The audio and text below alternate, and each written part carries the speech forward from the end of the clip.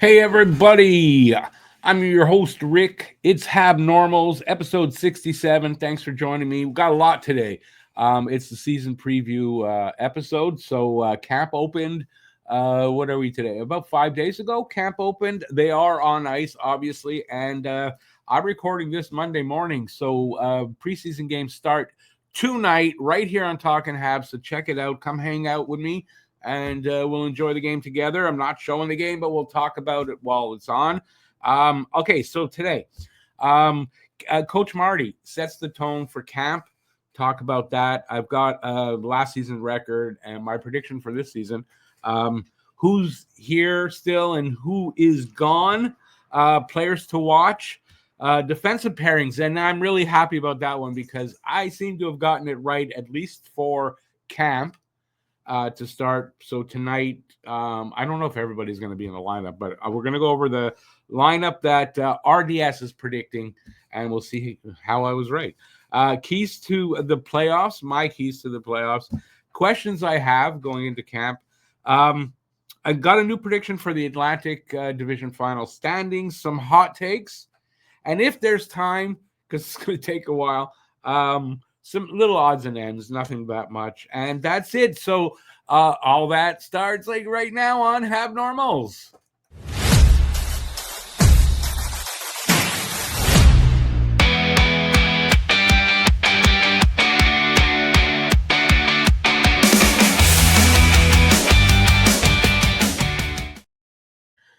All right.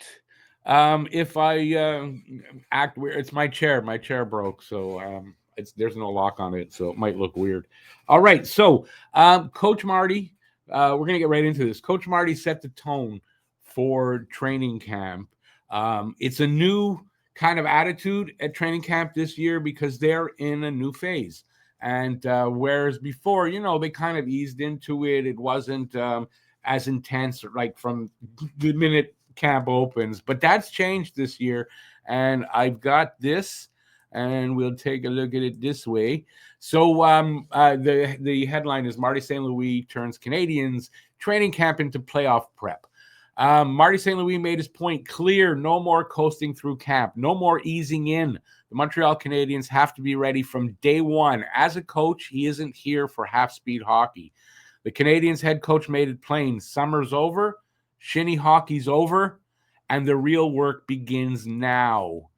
So he also said, I think what has to happen now, starting tomorrow, I guess this was day one of camp because they weren't on ice.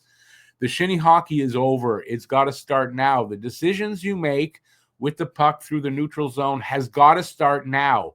How your alarm goes off from offense to defense has got to start now. The way we play in our D zone has got to start now. It starts with the individual. There's got to be urgency.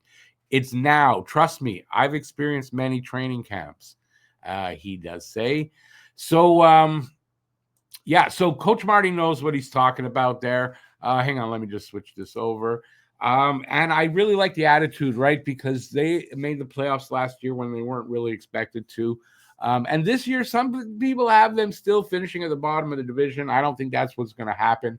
They have to be prepared to make the playoffs. Your mindset has to be from the drop of the puck in training camp that we're going to make the playoffs, and I'm working towards doing that. And somewhere in that article, he says, how did he put it? I might be paraphrasing, but basically what you're doing in camp is a down payment on getting to the playoffs, right? On accomplishing that. So I really like that attitude, and tone is set for the playoffs for these players. They can't come in here thinking, I'll take a week, sort of ease into it, get my game going, or even take the whole camp just to sort of tune up my game and be ready for the opening of the season. That's not going to cut it here.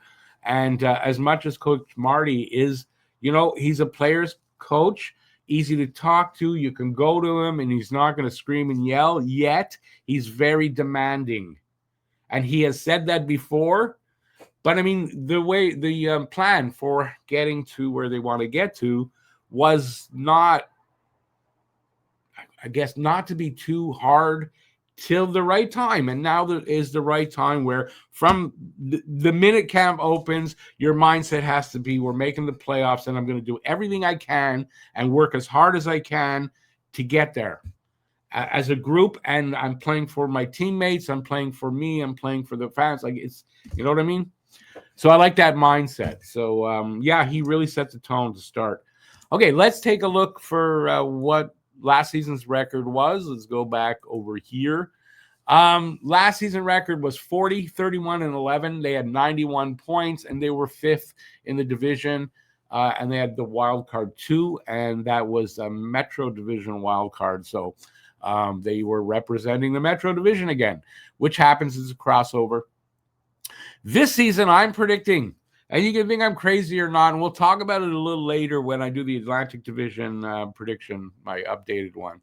And that is they're going to have a record of 48, 29, and 5. I mean, hopefully, or somewhere around there. 101 points, and they're going to be second or third in the division. I kind of think it's going to be third, but I'm not going to write off that they couldn't finish second and have a home ice advantage in the first round. And maybe second round. Like, that could happen. I'm a firm believer. You can laugh if you want, but this team is an improved team, and they are going to, like, they won 40 games last year. They're going to get better. How many games are they going to get better by? Ivan Demidov is odds-on favorite to win the Calder Trophy going into the season. There's no doubt about that. I don't know if Lane Hudson was last year at the beginning, like at this point, but Demidov is, and he, I mean, in the rookie showcase game, he only played one. He should have looked fantastic, and he did look fantastic. As a matter of fact, his second game when he wasn't in, his line mates weren't as noticeable without Demidov. What does that mean? Demidov has the ability to lift the line and make his line mates better. So that does that mean he can drive the play, all that? I mean, it looks like that is kind of how it is. Demidov has the ability to drive the play and lift the play of his line mates. And you can't ask for more from a player, can you? I think he's going to have a fantastic season. All right, let's take a look at who's here still and who left us. I will change up my my look here so that we can see it. So well, let's go over to the outside because then you got to make room. You got to leave before people can come in. So gone is Armia to LA, Dvorak to Philadelphia. David Savard has retired. Mike Pezzetta has gone to the dark side and to the enemy, although you got to give him this. It was his boyhood team. So I get that, but he's gone to the enemy, Toronto Maple Leafs. And Caden Primo was sent, I think, I want to say Carolina, but I can't remember. But he's gone, so we don't have that to worry about. In is amazing Noah Dobson on defense, a number one defenseman. That's what he'll be here, and I'm expecting a lot. And I think as fans, you can expect a lot from Noah Dobson this season. Zachary Bolduc from St. Louis, his second season. He had a great first season, rookie season, 19 goals. I expect him to continue. I don't know that he'll be in the top 6. He'll have to earn that.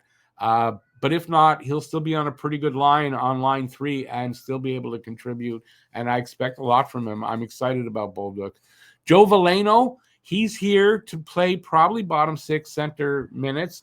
But you know what? If line 2, if it doesn't work out for Doc, Veleno might get a look there and might surprise you there. I know he doesn't have the numbers in his career, but I think, if we're going to talk about him soon.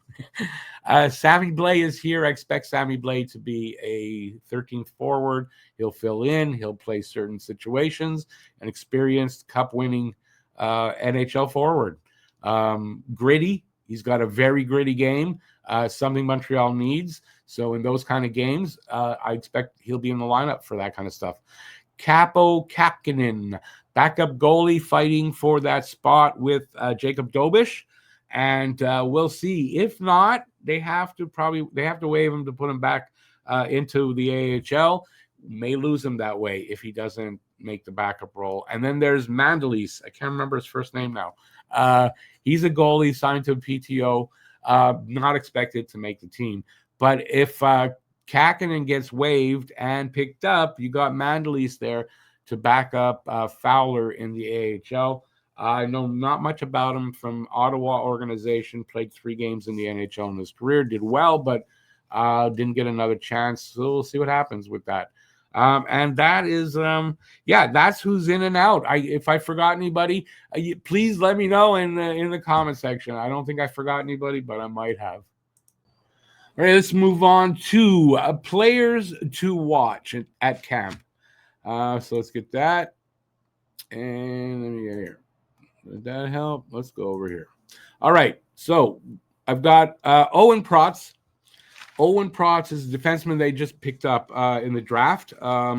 He is a big body, and I don't mean tall because he's not, but he's big. He's got a big, wide body, and he is a hitter. He's got a mean game, which is something that Montreal needs to get better at, is having that physicality. He's a physical player. He impressed at the rookie showcase, definitely. A couple of big hits, definitely in game 1. I don't remember game. I mean, he's just that kind of hitter. I don't remember anything specifically in game 2, but big, impressive hits in game 1. I don't think he's going to make the team. That's not what's going to happen here, but watch him because he's probably going to make this team in the next not that long, 2-3 years or so, I would think. Then we've got Vincenz Rohrer. He is one of those guys that is on a Habs or bust kind of situation.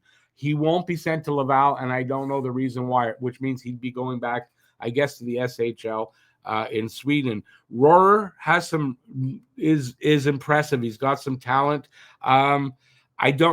Other than that, I don't know a lot about him. Just that everything I read about the guy, when I read headlines or whatever, it's always very, I don't have the word. It's always talking him up.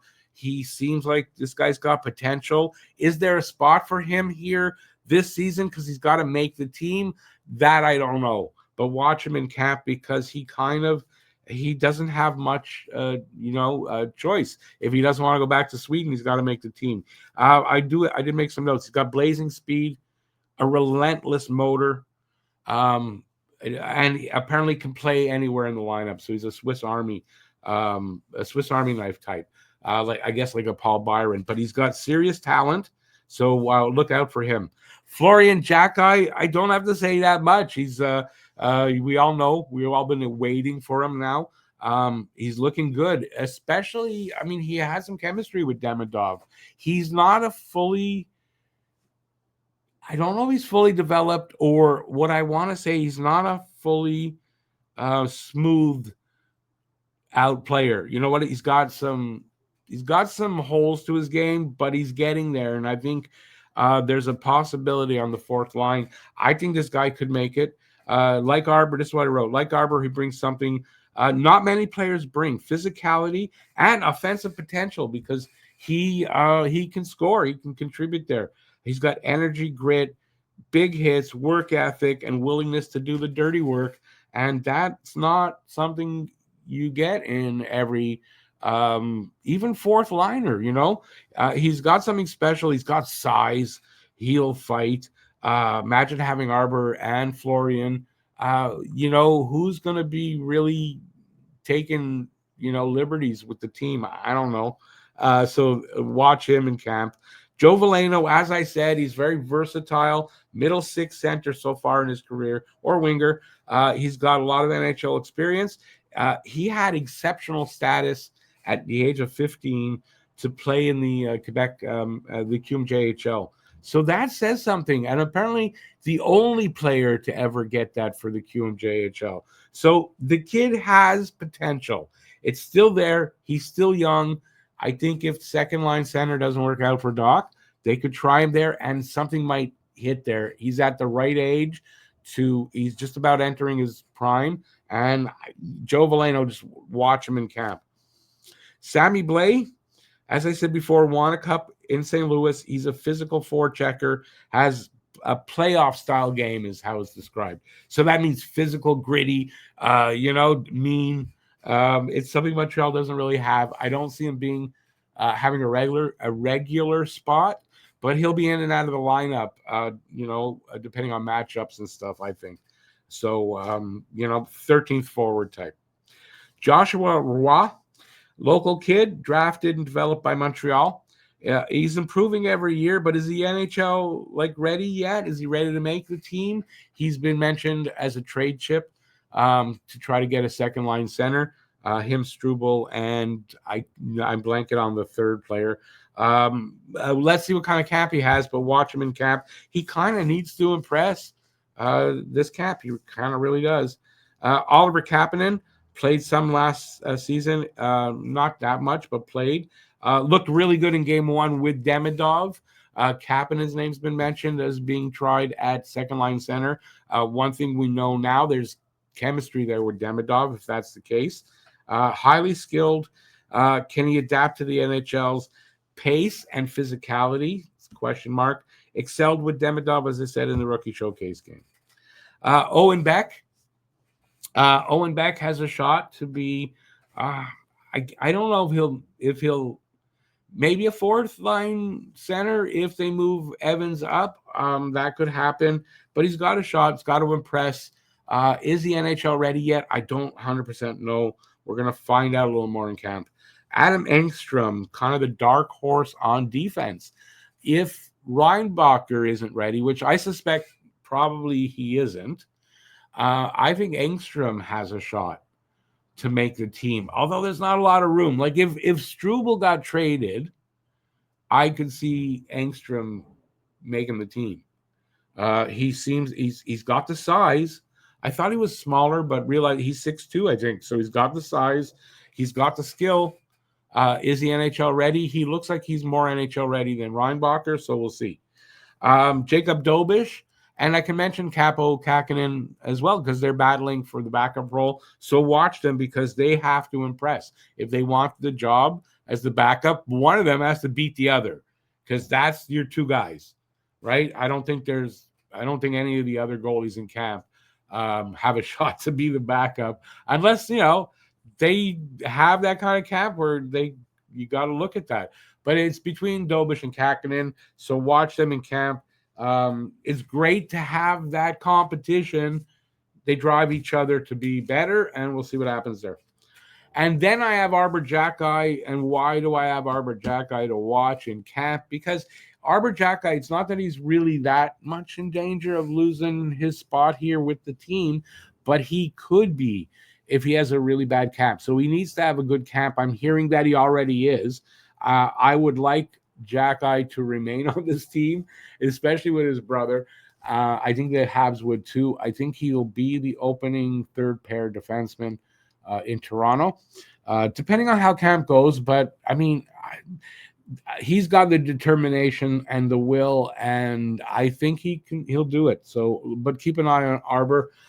He's got a lot of things to work on and to get better at. And PK is going to be important with Jackeye.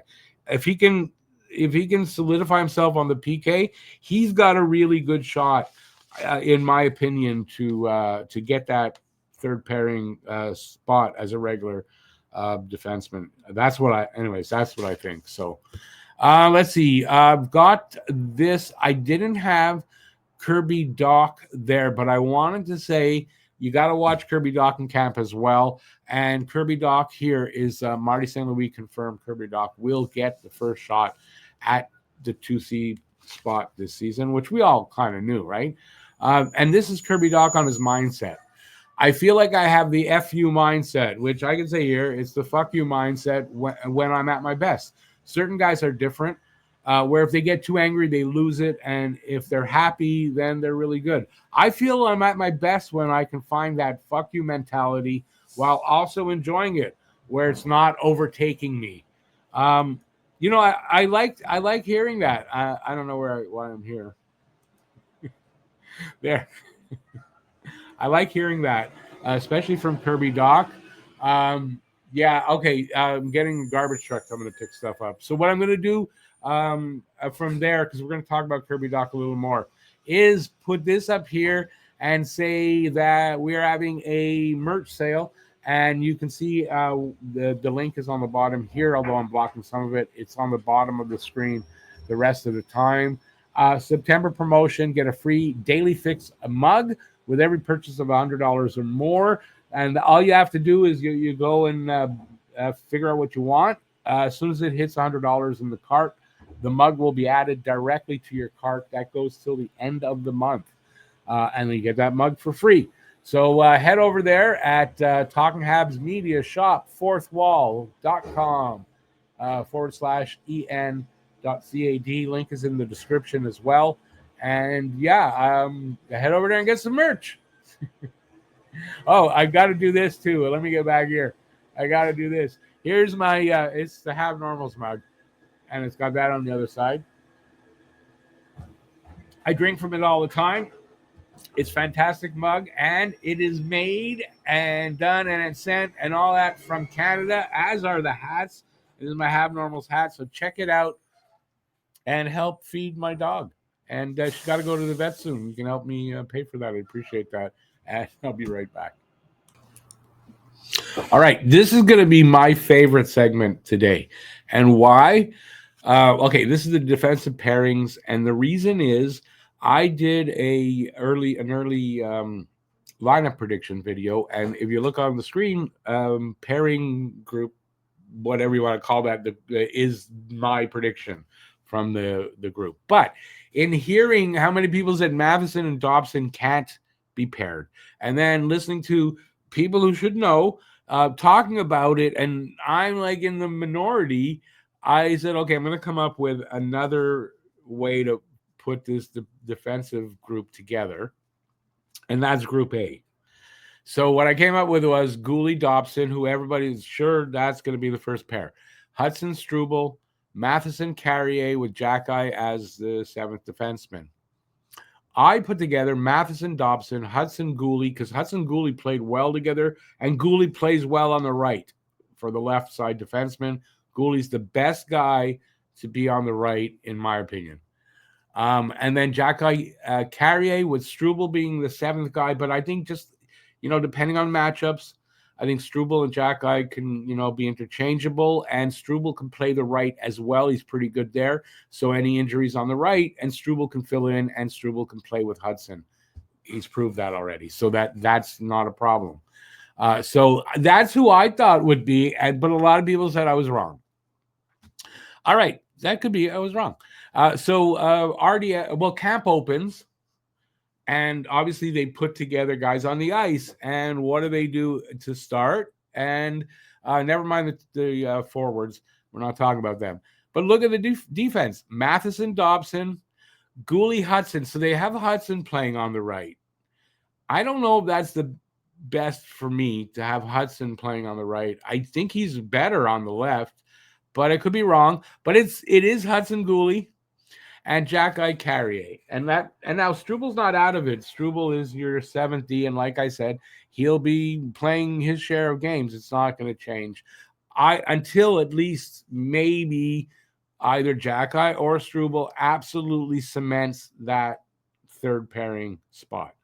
We'll see what happens there. I have a feeling Jack-Eye can do it, but so can Struble. So I think it's a great competition, and it'll elevate their play. But I'm very proud of the fact that I got the it's from like a month ago. I did this, maybe longer, that I got the pairings right. I didn't get Hudson Gooley right, if that's accurate, but I think that's interchangeable for them. So, yeah. All right. So let's take a look at some of the stuff I've got prepared. And here's the proof of it, by the way, from The Athletic. Arpin Basu, I believe, wrote this. Why Canadians are looking to Noah Dobson and Mike Matheson to form their top defensive pair. I'm just going to read a little bit from this, okay? Because you can go find this article if you have The Athletic subscription, but I found this on Bluesky. Someone posted it in pieces, so thank you. I just want to read the beginning because I think it's important. Training camp is a good time to experiment with different combinations to see what works and what doesn't. However, Montreal Canadiens coach Marty St. Louis does not sound like someone who's experimenting with his defense pairings in camp. He sounds like someone who will be giving the pairings we saw on day one a good amount of runway, likely carrying into the regular season. And that is something I do believe. I said it already a few times. I think Jack Eye starts against Toronto because that's going to be, I mean, Toronto got a little tougher, right? And there's always that rivalry and that intensity and that hatred of each other. The two teams don't like each other. I want Jack Eye in there. So I think I agree with that. We already know what the pairing of Lane Hudson and Caden Gooley can look like because we saw it for a decent stretch last season. What we don't know is what the pairing of the newly arrived Noah Dobson and Mike Matheson will look like. One more to read from. However, after hearing St. Louis speak Friday, we at least know what he hopes to see. We can help. What can help you defensively is what you do with the puck, because if you're able to transition, make little plays to beat their pressure, you don't have to defend. He said. So for one, that will help them defensively because they won't have to defend as much.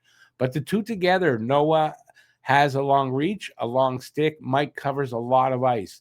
Learning to play together will help them defensively. Having more possession because of those guys will help us defensively. So it starts earlier than just defending in your zone. Yeah, you know what? I like that. We'll go here. Let's put that up. I like that reasoning. Oh, we can go here so you can see me better.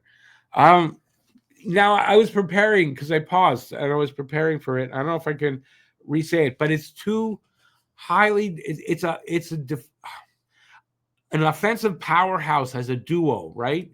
That's what I was thinking too, right? They've got the puck a lot. They're going to be moving the puck up a lot because that's what these two do. I think they're both adequate defensively. And once, as he said, once they work it out as a pair, once they get to know each other and know where they'll be and know who stays back, who goes forward, depending on the play and all that, I don't think it's going to be a problem. And I think I agree with Marty that if you have the puck and you're possessing it and you've got guys that can get you up to the offensive zone, you don't have to defend as much. And I like this. And so I'm happy because I predicted it. So I'm happy there. So I really do like that. Let me know what you think, by the way, in the comment section. Now that you see that this is the reasoning, it looks like this is going to be the pairings. Like I said, though, don't forget about Struble. He'll be in there. Yeah, what do you think about that?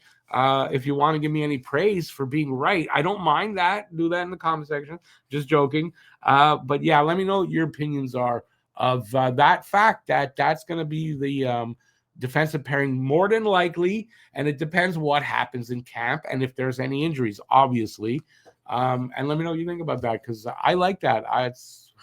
You know how long I spent looking at the defense and trying to pair them up in a way that absolutely 100% made sense. And there's not a question mark, maybe a little bit here or there, right? It was impossible. That's what I came to. Let me know what you guys think about that. Hey, before we get to keys to making the playoffs, my keys to making the playoffs, if you're enjoying this, give a thumbs up. And if you are new to the channel or have not subscribed yet, hey, hit that subscribe button and you'll get notified for everything that I do over here. Games are starting, and I cover all the games. So we do live streams if you don't know already, and it's a hangout. So you hang out, you watch the game at your place, and then we hang out and you don't watch the game alone. None of us do. And that's it's a lot of fun. So consider checking that out. We're doing one tonight. Check it out on the channel. I'll try to remember to put a link in the description. But that link it'll only be good for a few hours. So we'll see. All right. So I've got keys to making the playoffs. Obviously these are mine. And I mean, there's probably others that you put in there. These are what I thought of. They need to have a fast start. You can't come out of the gate losing 6 out of your first 10 games or something like that, right? You want to minimize those losses, obviously. But if you want to get to where I think they're capable of getting to, and what I think the players want to get to. It's not just us as fans. I think the players are just as motivated to get to the playoffs and to finish as high as they can. They believe in themselves. They believe in each other. And it's such a closely bonded team. They need a fast start so they can come out of the gate and maybe go on a few game winning streaks straight off the bat. Maybe don't lose a game for the first 5-6. That would be awesome. So I think that's key. Stay healthy. They were able to mostly, but I mean, you got to stay healthy, especially Kirby Dach with that knee. There are Patrick Laine. There's players that get hurt often. They've got to avoid that if we can do that. So fast start, stay healthy. Kirby Dach, is he comfortable with that knee? I think this is key. I like the mindset he's got. I like everything I've read in the interview that he did with he did an interview with Eric Engels. I like where his head is at. I saw a little bit of highlights of him at camp so far. He looks like he is pumped and working hard, and he's bought into whatever Marty St. Louis is selling. But can that knee hold up, and is he comfortable with it? Because you hear that you repair your knee like that, it takes a while for you mentally to be fully confident in that knee. That's going to be key here. If he can get his skills up to par right away, or is he, something with that knee? I'm worried about that. It happened last year. So I think that's key. Consistency. Avoid long losing streaks. They had how many long losing streaks over the last 3-4 years? It's crazy. They've got to avoid doing that. No long losing streaks. You can lose 2-3 games in a row. That's it. I don't. And you know what? I don't think they will have the long losing streaks. But consistency is going to be really important, and not just in that wins and losses, but the players on how they play, how they approach the game in, game out. It's got to be consistent. And I think with the coaching staff that's here with Marty, I think that's going to be the mindset that they're going to be able to do that. Sam Montembeault takes another step forward. I have a hot take about Sam Montembeault, so I won't go much more than that. But Monty, who has proven that he's reliable, he is an NHL goalie, can handle the load, can handle the season. He has to take just another little step forward in, in, I don't know if it's skills and whatever, move up that, that the rankings. I think he does that this year, and I think that's a key. If Monty's gonna, like, goaltending is gonna be a key. You don't have to have the best goalie in the league. You got to have a hot goalie and a consistent one. And Monty, I think, can do that. Dobson, last season was a drop off in points for him from the season before. He needs to come back and produce like he did in 2023-24. I think he will. This is a team that I think he will produce quite well. Over in on the island, New York Islanders, they didn't score a lot, so there weren't a ton of points to pick up. I think in Montreal, that's going to be a thing. So he will produce in that area. I think he had 70 points that year. So somewhere in there, I'm not saying he's going to get 70, but he's going to be in that area. Lane Hudson and Zach Bolduc, avoid the sophomore jinx. It's their second season. Both had great seasons. Hudson, record-setting, or close. I don't know if it was record. I think so in some ways, right? And close to record-setting in other places. Calder Trophy winner. He's got to continue rolling there. I kind of expect he will, and I even expect he'll have an increase in points totals. Bolduc, same thing. Got to keep rolling. Got to keep producing. And I'd like to see a little more than he did last year. I'm not expecting miracles, but I can see this kid getting upwards of around 50, somewhere in there. I can see him getting there. So, and I think he will. I think he's a good player. I really like the potential this kid has. I love the trade, even though I love Mayu, but I love this potential he brings. If he's going to be on the third line, and it kind of looks like it. I'll go just here for a sec. It looks like he'll be on the third line. Bolduc, Newhook, Beck. I think it could be Kapanen over Beck, though. So we'll see. what happens there, but I like the addition. And can he crack the top six? Maybe he can. I don't know. We're gonna have to see about that one. Was that the last one? Yeah, that's my basic keys to making the playoffs for these Habs. What do you think? Let me know in the comment section if you've got others that I don't have here. So do that in the comment section, and let's move over to questions that I have. Questions that I have going into the season. Hang on, I got to read some of this that I wrote. All right, first question is David Reinbacher NHL ready? And I think you can see from this that if they're going to go with this, Reinbacher's not going to be the seventh defenseman. He's not going to sit for most games. That's not going to happen.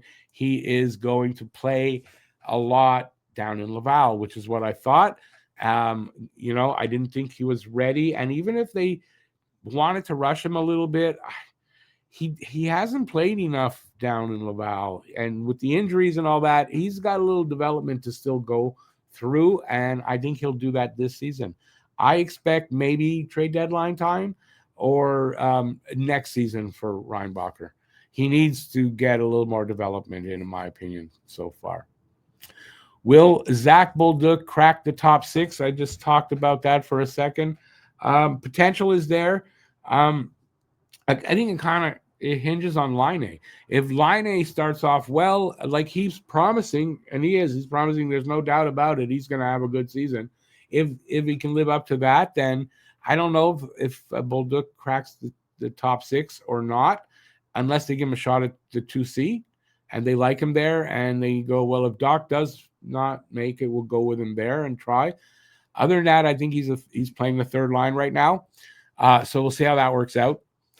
Is Kirby Dach's knee ready for business? That is a key question, right? Does he get injured again? Because it's a second injury on that knee, second operation. Yeah, I think he's trained differently because he said he had a different approach. He's done it properly, and I think that makes a difference. I don't think he didn't do that the first time, and he got injured again. If you do like people have had this operation and come back and not had it happen again, that's the question. The rest, I think he's ready to make his mark and to have some impact and emerge and whatever you want to call it. But is the knee ready? So it's going to be, and then can he secure the 2C role? I think he can. Is the knee ready?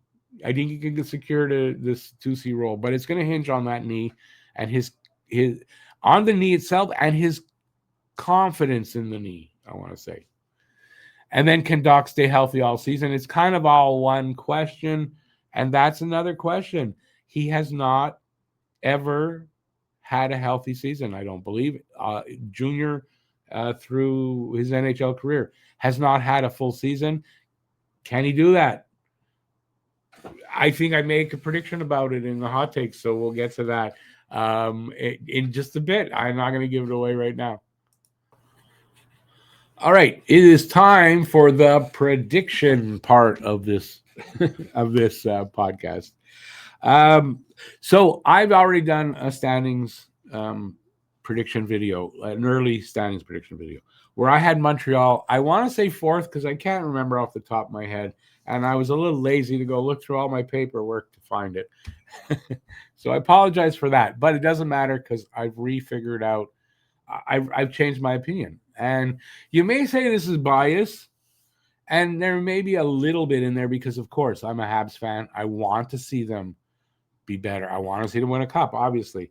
But I don't think it's just that. I think this is on more information being gathered and me reading more and hearing other people talk about it on both ways, whether they'll be good or bad, whether it be higher or lower, and then forming my opinion that way, which is how I do things. So this is how I see it. We'll go from the bottom and we'll work our way to the top, even though it's all there in front of you. I see Boston finishing on the bottom. Is that bias? And it maybe, but it not. Like, could Boston finish higher? Yes. But can they make the playoffs? I don't think so. Things would have to go wrong for a lot of other teams in the division for them to make the playoffs, in my opinion. So that's the only way I see them making it. I see them finishing on the bottom. They are in need of a rebuild. You've got players there that maybe you can say you can't rebuild with them here. So you got to do a reset or a retool or however the hell you want to call it, but they need that. This is a year to do it. They don't have, doesn't seem they have the GM to do it, and I just don't, I don't think they're going to do very well. 31, 43, and 8 for 70 points. Detroit, the Yzer plan ain't working. It's not working. I like the addition of Gibson. I believe that's where he went as the goalie. But I don't think they did enough. I don't think this team has enough to crack the playoffs, to make it high enough in the standings to do. I just don't think so. 39, 33, and 10, 88 points. I think the Yzer plan is done after this season, and they're going to move on. They should, and try to go in a new direction, because it ain't working. Whatever he's doing, it's not working. It started out well, maybe. I don't even remember. It's been so long, but it's not working now. Buffalo, speaking of not working, I think Buffalo gets a little better, though. Something's wrong in Buffalo. There's no doubt about it. They have the players.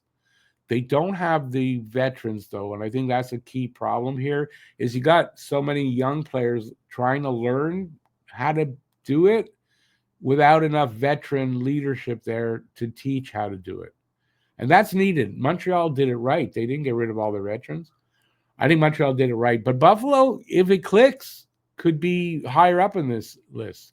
But I think they finished 39, 31, and 12, just a little bit above Detroit with 90 points. And now we move up to Tampa. Tampa looked really good at the end of last season, but Tampa's an older team. They played a lot of hockey over the last bunch of years. They've had great success.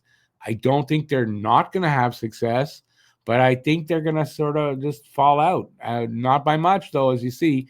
But I have Tampa at 45, 30, and 7, 97 points, just missing out. But I'm not sure in my rejigged division, maybe they could be the fifth, the wild card 2, and cross over into the Metro. That could be possible for Tampa, but I don't think they get a spot in the Atlantic. Next up, Toronto. I had Toronto at second, in second place. I think it was like 106 points in the first go round of this. I think they're going to really feel the loss of Marner. I don't think they did enough to keep from falling down in the standings. I don't think they're going to fall so far away, though, like you can see there. But I think they fall down behind Montreal, and I love saying that. The only thing I would have rather, and it could happen, though, right? Montreal and Ottawa somehow finish second and third, whichever way, and we play them in the first round of the playoffs. Yes, that would be great. But in this go-round, that's not what's going to happen. Toronto, 45, 29, and 8, just staying above Tampa at 98 points. I thought Ottawa might fall out, but Ottawa's done some good things. I think they're up and coming. They've been young and out of whatever for a while. I don't think they're cup contenders, but I think they really challenge Montreal for that second spot, right? And as you can see here, Ottawa 47, 28, and 7, 101 points. They got good goaltending now in Allmark. They got a lot of good players there. I as much as I don't like Ottawa, they've got good. My question mark there is Brady Tkachuk. Is he committed to being in Canada? The way he talks, I don't know. So we'll see what happens with that. But I think Ottawa is good enough to be right there with Montreal. So, and then I think Montreal manages to maybe pull it off and be in second. They'll have home ice advantage unless they play Florida in the at least the division part of the playoffs. 48, 29, and 5, as I said before, 101 points. I see more people than let's say when I did my early standings prediction, having Montreal this high, even with more points than I have them. So there's some bias there. I won't deny it, and I hope this is how it works out. I think Montreal's capable of doing it. That's the thing. I think they are very well coached. I think the players love each other, play for each other, and we got a talented group here now. There's no bullshit now. This team is a serious team. They're not all the way where they're going to be, and I'm not saying they're cup contenders, but they're definitely playoff contenders. And I think they believe that, and they're going to play to be that. And if things do break right, and there's no big injuries or no long losing streaks, Montreal can do what I've got them there. And then Florida finishes first, 50, 25, and 7, 107 points. Key for that to me is Bobrovsky. If Bob can still give the quality goaltending enough to get him there like that, I'm not sure who's backing him up anymore. So goaltending could be key there for Florida. But up front, I mean, they didn't lose the three guys that they thought they'd lose at least one of in Ekblad, Marchand, and I'm blanking, Bennett. They were able to retain them all. That's going to be huge for them, I think. And this is a really quality team, quality coaching in Paul Maurice. He knows how to get them there. He knows how to push them to get there and push them through a playoff run. So, so I think they finished first in the division. And that's how I got the retool. And there you go. So that's retool. Now we're going to get to more predictions, and that is hot takes. I've got a few hot takes. Some of them you've seen before, but I thought I'd go over it, and some of them are new. Nick Suzuki, 100 points. Most people think it'll be 90 points, but he put up 89 last year. And we've got an improved power play coming. We've got an improved forward group. We've got just better all around. I don't think it's impossible to think he can get 11 more points. So I've got him at 100 points. Will he hit it? I hope so. It's a hot take, don't forget. But I think he's got a good shot at that. I think he finishes top 3 for the Selke Trophy. Now, that's a real hot take. I get it. But he was in there. He was somewhere in there last year. He wants to prove himself as one of the best at what he does. And that would qualify him to be in the Selke talk at the end of the season. So I'm predicting top 3. Caulfield. I've upped my prediction to 45 goals because I think there's a lot of offense to be found this year. A lot of opportunity for Caulfield to score with quality guys around him, better than last year. So I think he's going to get there. 45. I'm not going to say 50, but he might challenge for 50. That's not going to surprise me. And if he hits 50, not going to surprise me at all either, but I'm going to say 45. Last year, I was conservative as well, and I had 37, and that's what he got. So I'm going to say, I know what's going to happen, and that's what I'm going to give it. Lane Hudson, power play 2 quarterback. Dobson has more experience doing that. He's going to start out at that. So Lane Hudson going to start at the power play 2 quarterback, may move up. 70 points. Because I think he's going to improve on that 66. Not by a ton, but he's going to improve. Noah Dobson, power play 1 quarterback. To start the season, they may switch. I don't know. We'll see how it goes. I don't think so. I think Dobson will do a great job there. I'm giving him 65 points, and you'll say, well, that's less than Hudson. And he's power played 1 quarterback. I still think he's going to get less. I think Hudson is so driven to be better all the time that he's going to improve on his points totals. Last season, Dobson had 39 points. 65 points is a huge improvement, and I think that's where it falls. Ivan Demidov, Calder Trophy winner. I think he's going to do that. He's so driven. He's so driven to be the best, and he has that work ethic and the love of the game, and I think he gets 70 points in that area, and he wins the Calder. Sam Montembeault is going to be a top 10 goalie at the end of this season. I think he was like 15 overall. He was number 5 in goals saved above expected. I think he continues that. And even that could drop a little bit because the team around him is better and he won't have to maybe make as many those spectacular, crazy saves that he does. I still think he'll be up there in that. And he's going to be a top 10 goalie. I believe in this guy. And he's got talent and potential that is not reached yet. I don't think he's the best in the league, but I think he can get up there in that mention. As I said before, second in the Atlantic, they win 1 or 2 rounds. I think this team, if they can be second in the Atlantic, they're going to be capable of winning 1 or 2 rounds. Why? Because I think they're built for playoff hockey. I think they are. They didn't really show it last season, but that's their first taste of it. I think they're going to be better and they're going to win a round, especially with Toronto, and maybe 2. Kirby Dach plays a full season. I put at 2C. It could be at wing. It could be. But I think he plays a full season and has his first healthy season. If it's not full, it'll be like as close to it that you can consider that for him a full season. I'll say that and temper it a little bit, but I think he plays a full season and it's his year. He manages I want a breakout year. I'll say it. It's a breakout year. All right, we got a little bit more 10-game winning streak during the season. I'd love to see them lead off with that. Montreal did that once. Carey Price was the goalie. It's not easy to do, but wouldn't that be awesome if they lead off with a 10-game streak? No long losing streaks this season. I'm talking about no 8-game, no 7, no 6, no 5. I'm talking this team, I don't think is going to lose more than 3 in a row at any point during the season. They're that good. And if they're going to finish where I want them to be and predicting them to be, they've got to be the way it is. Power play, top 8 in the NHL with a 24+ percentage, right up there. They're going to be a top 8 power play. Top 10 in my mind for sure, but I thought I'd be bold and put top 8. Penalty kill. Excuse me. Penalty kill, top 15 in the NHL. They were, I don't know if they had a top 10, but they had a good PK. I think it has a little bit of a drop off because you got Savard gone, Armia gone, Dvorak gone. They were big on that first unit of the PK. Guys are going to step up. Are they going to be as good? I don't know. I'm going to be conservative and say top 15 with about 78%.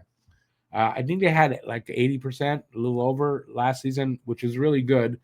That's not that bad, but I don't, it's not at the top of the league. Montreal beats Toronto in the season opener. That is happening October 8th, and then they finish ahead of them in the standings, which you saw. I had them that way because I think Toronto has a 10-point drop-off from last year. And Montreal's going to have like a 10-point increase, and that's going to be a difference. But I think Montreal beats Toronto season opener. I believe Montreal's the better team, and usually that season opener when it's in Toronto, we've beaten them with worse teams, and they had better teams than they have right now. So, and they don't like each other. It's a big rivalry. They don't like each other, and Montreal's the better team, and Toronto can go suck an egg. And I could have said worse. And I think Montreal beats them. Anyways, those are my hot takes. What do you think? Crazy hot takes? You think some of them could happen? Do you have any hot takes? Let me know in the comment section. Love to hear it. And I'd like to hear what you guys think of my hot takes. It's okay. I can take it. I've got thick skin. So what do you think about all that? All right. I've got a few odds and ends, things like that. Hopefully be of interest to you guys. And we'll start with this. And we'll also we'll do this. All right, so Lane Hudson ranked number 3rd among all NHL defensemen in top skating speed last season. He's got a bit of a weird gait. Is that the right way? Stride. But he's fast. Hudson's speed on full display. Lane Hudson ranked 3rd at his position in top skating speed, 23.77 miles per hour, and was among the elite defensemen in 20+ miles per hour speed bursts. 107 of them, 96th percentile. Elite. Lane Hudson. I mean, that's the word you're going to put with Lane Hudson, right? He's elite. So, if it's maybe a little deceiving how he skates that he's that fast. Anyway. All right. This is on Ivan Demidov. This is from an article by Eric Engels. So Demidov's been doing 2-a-day sessions in Brossard 5 days a week all summer. If that's not dedication to the game, dedication to getting better, and dedication to being the best that you can be, I don't know what is. Incredible work ethic, says Hughes. Stubborn which is great. He's a great kid. He's always smiling. He loves the game, and he's obsessed with getting better. We'll see what he can do. I think he's going to be a very, very good hockey player for the Montreal Canadiens for a long time, but we're not putting all that hope on him in October of 2025. I like hearing that. So they're not pressuring him. They're not rushing him into anything he can't do, that kind of stuff. But he is going to be a great player here, no doubt. Okay, this is on line A. I've got 2 pages, but I think I'm going to go with this. Let me see. Okay, so this is Hughes talking. In conversations I had with him in exit meetings, and then again, I don't remember if it was late May or early June, I said to him, hey, let's think about the areas of your game that you need to improve for you to play more regularly, right? And we all talked about it. We all came to that conclusion. He's a bit soft, and he is not great on 5-on-5 and stuff like that. And his decision-making in those situations isn't great. So he goes on to say, I think in Patrick's case, the answers are obvious. I firmly believe if he's able to make those changes to his game, he's going to have a much better season, and I think he's 100% on board. One thing in hockey is the game is so instinctive. I just want to change to here. I think because of the speed of hockey and the systems within it, a lot just becomes instinctive, which makes it harder to make changes. And that was my purpose in speaking to Patrick. It was to tell him, don't wait until October when you're in games and have to rely on instinct. Start now in summer hockey and development. Every time you step on the ice, be focused on it. Saying that. Now, if you've seen any of these quotes from Patrick Laine, where he says, don't bet against him, you can bank on he's going to be better, blah, blah, blah, all that stuff. He's had, it's the first offseason in a while, I think, that he's had the whole offseason injury-free to work on his game and not rehab. And it seems to be that it's going to make a big difference. We'll see. I'm hoping that's true. I know he's worked hard, and he's confident in his game, Laine, and we'll see how this is going to work out. Because the better Patrick Laine is, the better the team is. It's just no doubt about that. On Nick Suzuki, the captain put the Canadiens on his back last season, notching a career-high 89 points. He stepped into Hughes' office to tell him to keep the band together and not make trades at the deadline, and then he stepped up on the ice and delivered the 4th most points in the league over the last quarter of the season to help the team clinch an unlikely playoff berth. That's a leader. That's your captain. Excuse me. It was a statement that resonated well beyond the Canadiens' front office. The 26-year-old has also taken a leap forward in his role as Canadiens captain, according to Hughes. I think there's been real growth in terms of more active leadership from Nick. He's always been a leader, but I think he's more comfortable in that role. You saw that at the golf tournament, the interviews at the beginning, where he stepped up and then you had 10 minutes.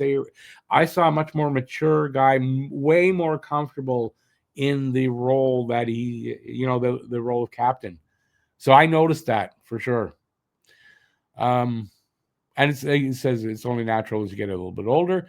Also, you taste a little bit of success and want to make sure we don't let that slip through the cracks. He knows it's going to be hard, and he's doing his job as a leader to reinforce that to all players and make sure they're all doing everything in their power to be ready for the start of the year.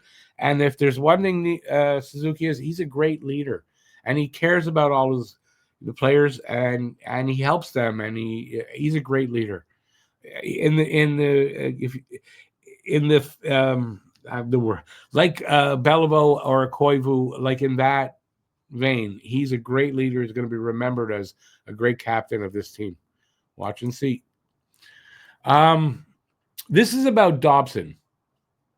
So we're excited to see what he brings to our team, and I think one of the elements Noah brings that we knew Logan Mailloux had was a shot from the blue line. We lost Logan in the trade for Zach Bolduc, and Justin Barron could shoot, and we traded him to Nashville. So we traded away 2 right-handed D who could shoot the puck. I would say having shots from the point was a bit of a weakness for our group. I'll agree with that. So I think adding Noah helps, in addition to his puck movement and the variety of that he brings. So yes, Noah Dobson is going to absolutely help this team, without a doubt in my mind. Anyways, that's what I got for you. Hopefully you enjoyed this video. Let me know in the comment section about anything I talked about. Give a thumbs up if you did enjoy it, and subscribe if you haven't. Hit that subscribe button. Smash that subscribe button if you haven't already and you're still here, because we're at the end of the video. Not everybody hangs around for that. So if you are still here, don't forget tonight, depends when you're watching this. Monday, got the game.